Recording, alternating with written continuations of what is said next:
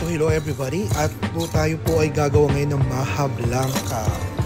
So nag-umpisa po tayo ngayon at paghalu-haluin lamang po ang ating mga ingredients. Yan po ay isang coconut milk, corn, sweet corn, pero yung nakalata lang ito. Tapos ibab, pag walang ibab optional po yan, pwede kayong gumamit ng fresh milk. So fresh milk po ang ginamit ko, hindi ko na pinakita kasi medyo alanganin na po yung oras. And then hot mix lang, then haluan natin ng mani para pampalasa. After natin haluin, after natin ilagay, haluin natin ng maayos kasi yung mga asukal na lagay natin dyan ay medyo buo-buo pa. Yan, haluin lang natin ng bahagya hanggang sa maging pino at wala na siyang gaspang sa loob. At mafe-feel nyo po yun kung tunaw na po, lusaw na po yung asukal natin. So napapansin nyo po, kailangan po may consistency yung paghahalo natin para maging pino po siya, para pag sinalang po natin siya sa kalan, mas madali po siyang matunaw at mas madali po siyang maluto. At ang advantage po ng ating pag-i-stir is nagkakaroon siya ng melting point na hindi yung buo-buo. Then right after, pwede tayong maglagay ng additional. This is only optional. So kailangan natin maglagay ng, for me, naglalagay ako ng what do you call this one? Honey. Then right, stir mo lang siya. Pag na-stir mo na lahat yon, then set aside mo. Then kailangan mo ngayon maglusaw ng cornstarch. In cornstarch ay ilalagay natin separately. So tansyahin nyo lang. Ito, tansya-tansya lang to guys. Wala po itong sukat. So, tignan natin kung ano yung magiging outcome. So, pagkatapos natin mag-pour ng cornstarch, atin pong stir ito hanggang sa malusaw. Kailangan maano po yan, mapino kasi medyo malagkit po ang loob. So, kailangan natin siyang stir until ma-dissolve po lahat ng powder. At mag-mix na po sila ng water.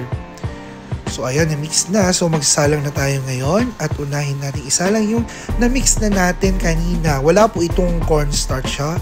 So in a medium fire, in a medium low heat, kailangan lang natin siya i-medium para hindi siya madaling maluto. Yan.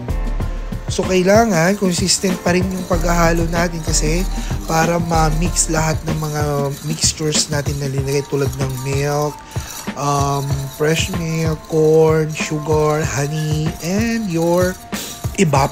And of course, naglagay po ako dyan ng isang coconut milk.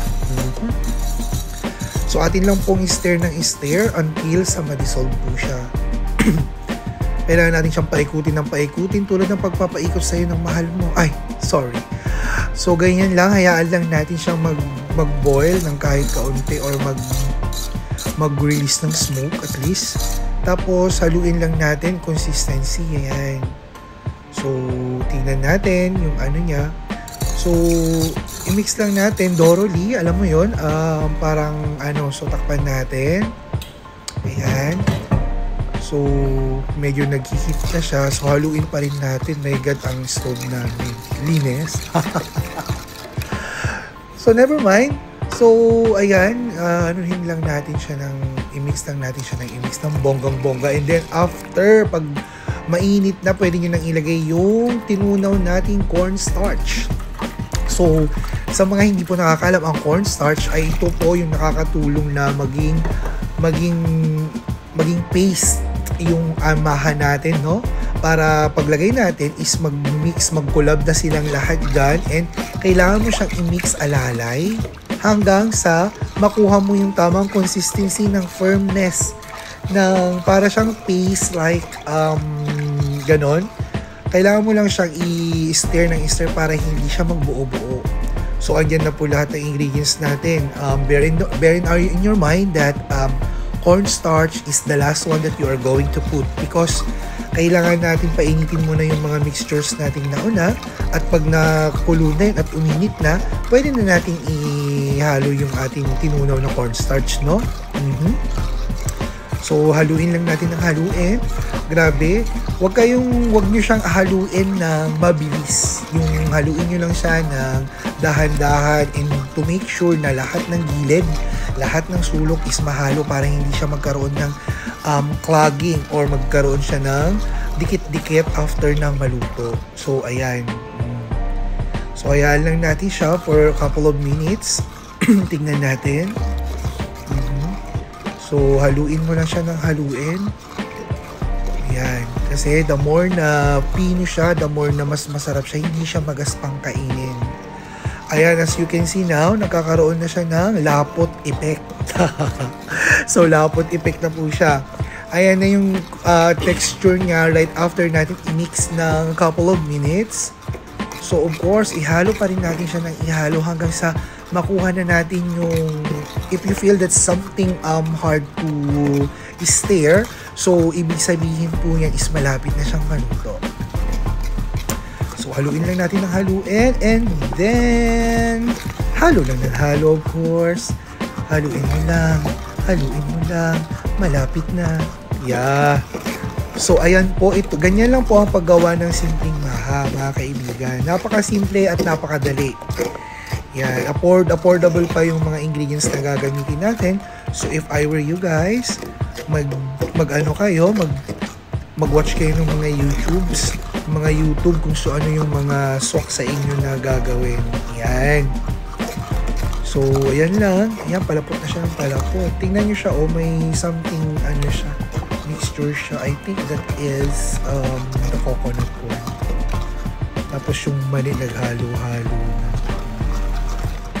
So, ganyan lang siya. I-stir mo lang siya. Huwag kang huwag kang magsasawang halukayin yan hanggang sa maging pino at hanggang sa hindi ka na makakita ng buo-buo. Kasi pag hindi mo hinalo yan, guys, magkakaroon siya na bato-bato o yung tinatawag, ang pangit ng texture pag ganun. So, kailangan mo siyang consistent na paghahalo. Huwag mo siyang masyadong bilisan para hindi ka mapagod, of course. Oo. Yan. So, ayan na siya. Tagal, no? Grabe. Kakangalay, ha? Kangalay talaga siya. Try mo. Nakakapagod. So, ayan.